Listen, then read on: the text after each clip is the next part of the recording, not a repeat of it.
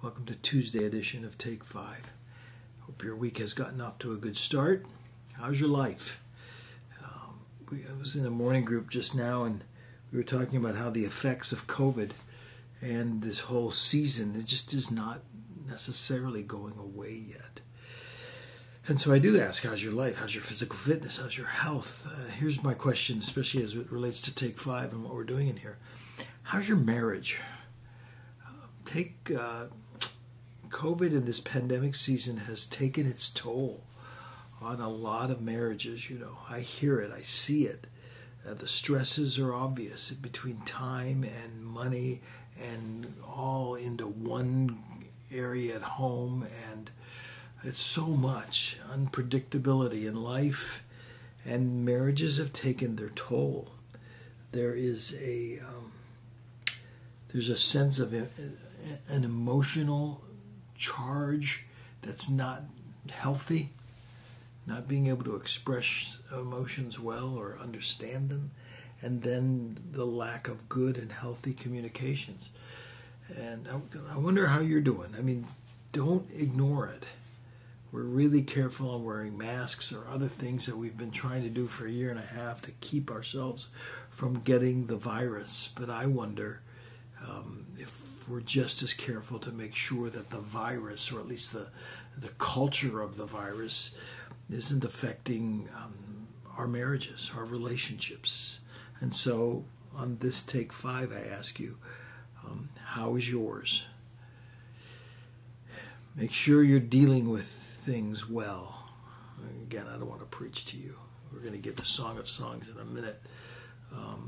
But make sure you're communicating well. Listener, communicator, talker, all of that. Things you learned maybe when you first got married.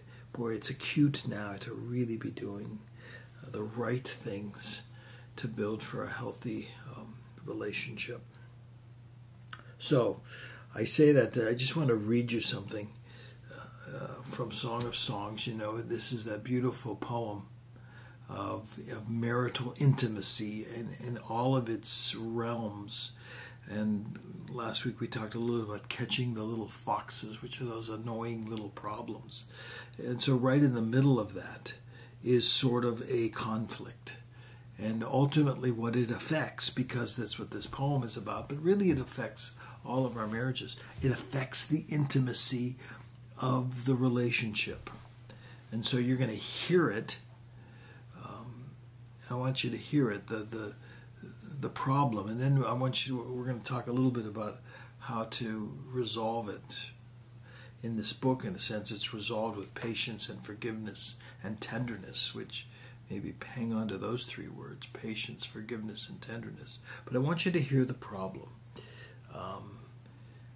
The woman is tired, the man is in the mood for love, and it happens all the time, one and the other, and we're not on the same page, and sooner or later the tension grows, and there's a problem. Let me just read it to you. The woman talks first. I was sleeping, and then my heart was awoken. This is Song of Songs 5. A sound, it was my love knocking on the door. So he's there and he's knocking on her door. She's asleep, I've got a headache, or he's coming home late for work or whatever. Open to me, this is him talking. Open to me, my sister, my darling, my dove, my perfect one. For my head is drenched with dew, my hair with droplets of the night. Again, the poetry, but he's saying, I love you, let's go. And she says, well, I've taken off my clothing. How can I put it back on? I've washed my feet. How can I get them dirty? Let's go out for a night of party. No, I don't want to go out. Let's not do any of that. I'm in enough. There you hear the frustration, right? She says, my love thrust his hands through the opening, and my feelings were stirred for him. She's waking. I rose to open for my love. My hands dripped with myrrh, my fingers flowing with myrrh on the handles of the bolt. I opened to my love, but my love had turned and gone away. My heart sank because he had left. I sought him and I didn't find him. I called him, but he didn't answer. There's the conflict. Timing is off. motives are different, expectation, all of that. The rest of the book, in a sense, shows not the solution, but the ongoing relationship, that there is forgiveness, there is tenderness, there is patience. And so they do end up reaching to the heights of love.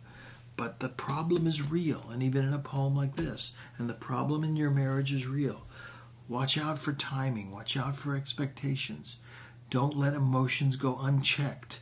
Don't go a long time without communicating, and know that the conflicts will be there. I'll end with a New Testament idea where it says, be angry and don't sin. Don't let the sun go down on your anger. Anger is real. Deal with it in your relationships. Deal with it now in this season, and know that there is a better day coming when your love will be renewed again. Watch out for yourselves. Can I just say that? I'll end with that. Watch out for yourselves. This is a difficult season in our relationships. I'll see you Thursday.